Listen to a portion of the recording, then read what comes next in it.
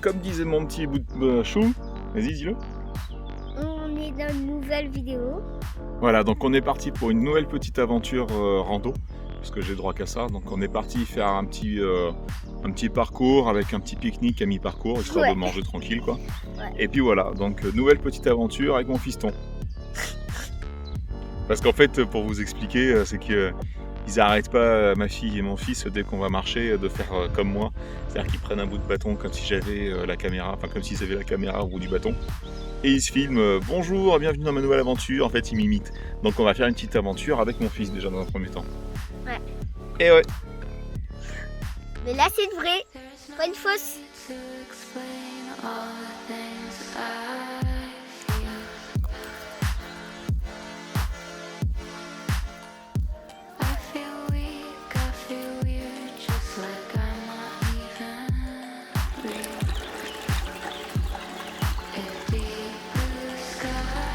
La même petite cascade.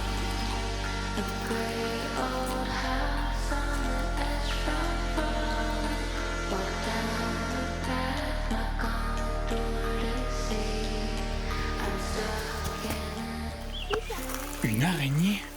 Oui, toute blanche avec une barbe blanche. Ah, elle a disparu. Non, regarde. C'est une araignée toute noire avec une barbe blanche. Ouais. Comme vous pouvez le voir, cette forêt est juste magnifique. Je la connaissais pas trop. C'est juste à côté de chez nous. En fait, il y a des dizaines et des dizaines de sentiers à côté. Donc c'est assez pratique de faire sa petite trace avec Visu GPX. Et puis d'aller marcher, quoi, découvrir tout ça. Bon, après, il faut faire attention parce qu'il y a des sentiers qui sont plus d'actualité et d'autres qui n'existent tout simplement pas. Il faut quand même faire attention à ce qu'on fait. Une petite visu par satellite, ça aide à trouver s'il y a vraiment un sentier ou pas. Et là, cette forêt, elle est vraiment très très très très belle. Ça donne pas pareil sur l'image de la vidéo, mais je vous jure qu'elle est très très belle, quoi. Et puis il y a des oiseaux de partout qui chantent, c'est trop classe. Mais allez, si on veut les manger, faut qu'on se dépêche un peu.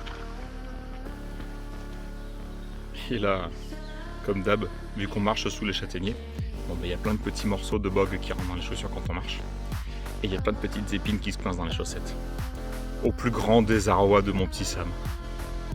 Ça pique dans les chaussures. Qu'est-ce qu'il y a?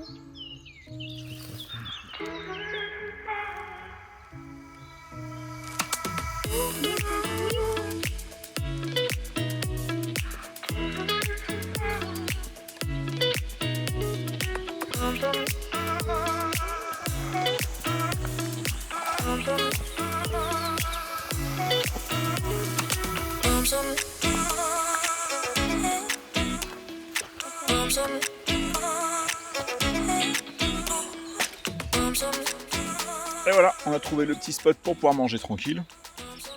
Bon, bien sûr, il a bouffé tout son saucisson d'un seul coup. Moi, perso, j'ai ma petite tourtelle. Et on dit on se back. Ah. Bon, ça commence à se sentir que le petit bout de chou, il avait faim parce qu'il avançait plus un cachou, plus rien du tout. Bon, j'en profite de ce petit moment repas tranquillou. En fait, ouais, je fais pas grand chose en ce moment parce que certains le savent, mais je me suis fait opérer il y a 1 mois et demi d'une 3e hernie ombilicale avec pose de prothèse, suture interne, externe, enfin la totale. Et fatalement, j'ai pas pu faire grand chose. Les seules choses qui passaient bien, c'était de rester soit allongé dans le lit, soit debout. Assis, c'était pas trop faisable parce que j'ai une ceinture voilà, comme ça en fait en permanence, nuit et jour. Donc c'est pas très très simple. Et donc là, le chirurgien, il y a 15 jours, m'a autorisé, m'a même demandé d'aller marcher tous les jours en fait, parce que pour faire passer les douleurs et puis éviter les adhérences et autres, il faut pas une activité physique, mais au moins marcher. Donc je préfère marcher dans les bois que sur la route, parce que sur la route c'est un crève-cœur pour moi. Donc on fait des petites randos tranquillou, 5 km quoi.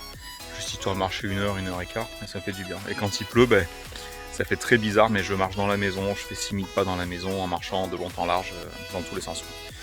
Voilà, ça fait très bizarre. Mais bon, bref. Donc voilà, et là ça commence, ouais, ça fait 1 mois et demi l'opération maintenant. Voilà, ça commence à aller un petit peu mieux. Alors j'ai toujours mal, hein, je peux pas rester assis trop longtemps. La voiture, c'est pas faisable. Pour le moment, c'est trop douloureux en fait. Donc je pense reprendre d'ici ouais, 1 mois, ouais, j'espère 1 mois quoi. Et la rando, les treks et autres, le chirurgien m'a dit qu'entre 3 et 6 mois ce serait faisable. Des petites randos sans trop être chargé. Donc on verra. Je suis déjà en train de préparer tous mes treks, hein, fatalement. C'est comme d'habitude, quoi. Je prépare tout mon matos en amont, comme ça je serai prêt à partir le jour J, quoi. Voilà, voilà. Bon allez, on va manger avec le petit fiston. Parce que, bien sûr, il s'est enfilé toute la boisson, et puis maintenant, il va plus pouvoir le manger.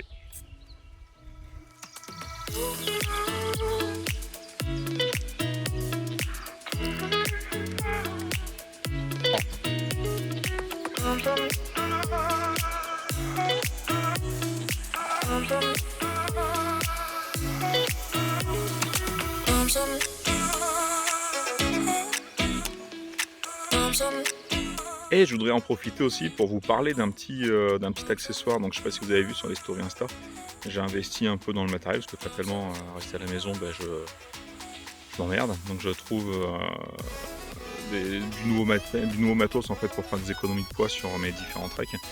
Et bon là c'est pas vraiment une économie de poids, c'est surtout pour la praticité. Donc comme vous voyez l'appareil est fixé à la sangle, comme les Peak Design que je vous mettrai par là. Sauf que c'est pas un Peak Design en fait, là c'est une autre marque, c'est Peggytech. Donc je sais pas si vous voyez, hop, sur le côté c'est foutu pareil, il y a un petit bouton qui permet de verrouiller et de libérer. Et hop, je l'enlève tout de suite, que vous voyez. Oh, désolé, j'ai qu'une main. Voilà, tac, et donc là vous le voyez, alors l'avantage c'est qu'en fait il n'a pas de vis. Comme sur le Peak Design, il se maintient uniquement avec un clip. Je vous montrerai un peu plus en détail comment ça fonctionne. Par là, je vous mettrai une petite vidéo. Et c'est vraiment pratique. Alors le petit bouton, hein, vraiment comme sur le Peak Design. Et on verrouille, tac, voilà. Là, il est bloqué. Vraiment très très simple. Je trouve que le design est assez sympa. Il est tout en arrondi. On peut régler les différentes hauteurs de sangle quand on le met, bien sûr. Et ça tient plutôt très très bien. Après, sur le boîtier, comme pour le Peak Design, hein, on a une petite base à visser, donc qui est réglable.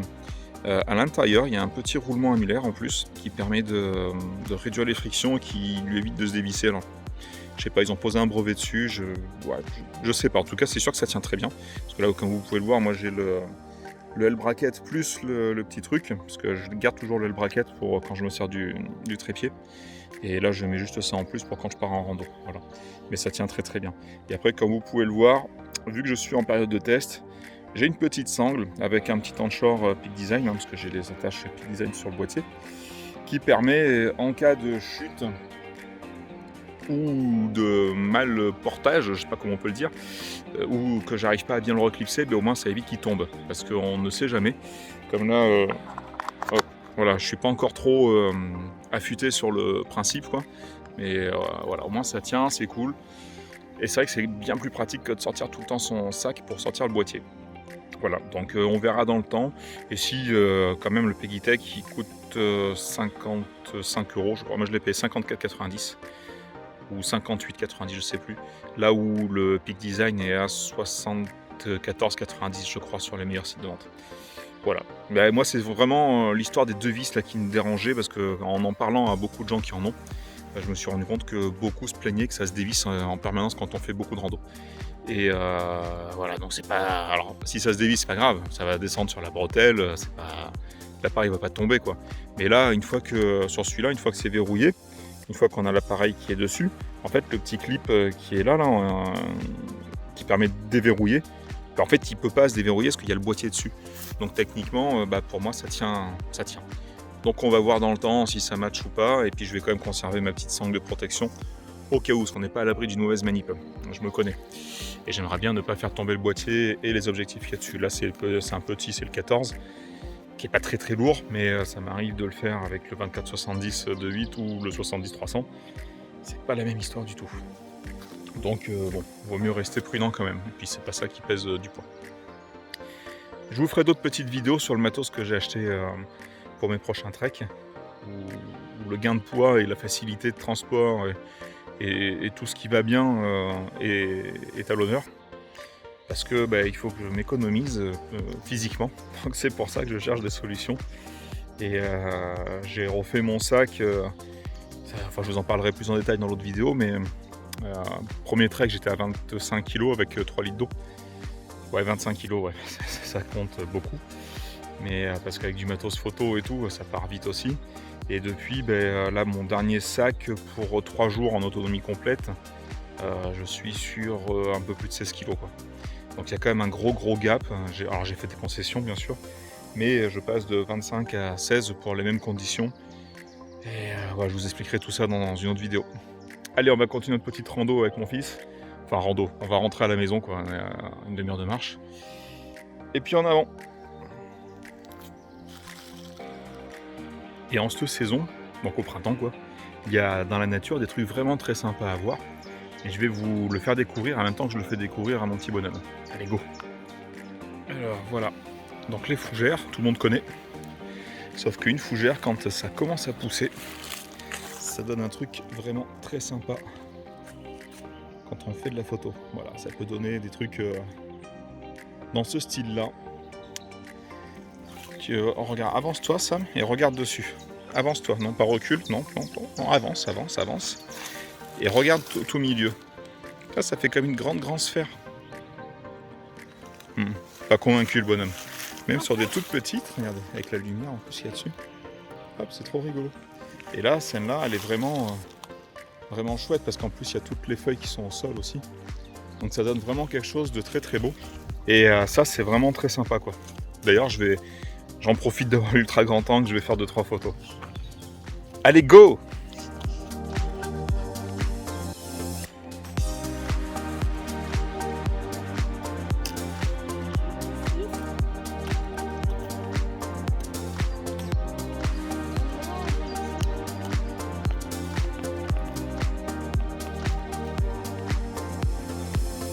Et on vient de découvrir un truc fabuleux. Bon, un truc que tous les amoureux de la nature connaissent, hein, bien sûr. Mais mon petit bonhomme ne lui connaissait pas. Je vais vous montrer ça tout de suite. C'est un capricorne, mais qui est relativement gros. Enfin, par rapport à ceux que moi j'avais dans mon terrain, celui-là il est relativement gros quand même. Voilà donc le capricorne en question. Je vous mets en comparaison mon doigt, à la même distance focale. Donc ceux qui me connaissent savent que j'ai des gros doigts. Donc le capricorne est vraiment très solide. Je sais pas si je peux m'approcher plus. Yes. Bonjour toi la bête.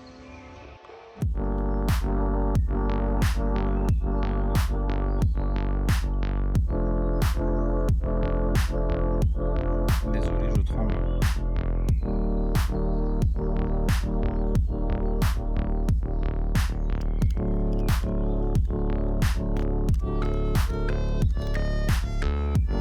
Il est juste impressionnant. Et il bouge pas, peinard, tranquille.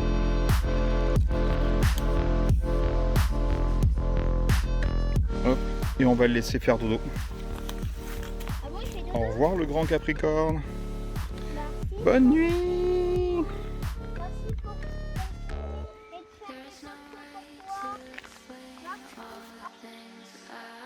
Franchement, la nature est belle. Avec ses grands sapins. Ah, vraiment classe. Vraiment classe. Et puis là, d'un seul coup, vous tombez sur ça. Non mais sérieux les gars, quoi. On est en plein milieu de la forêt. Qui vient picoler là et casser les bouteilles en plus? Sérieux, quoi. Bon, je vais mettre un bip là-dessus parce que c'est pas joli ce que je viens de dire. Mais quand même, il y avait la forêt là, c'était chouette. Pourquoi venir pourrir tout cet univers?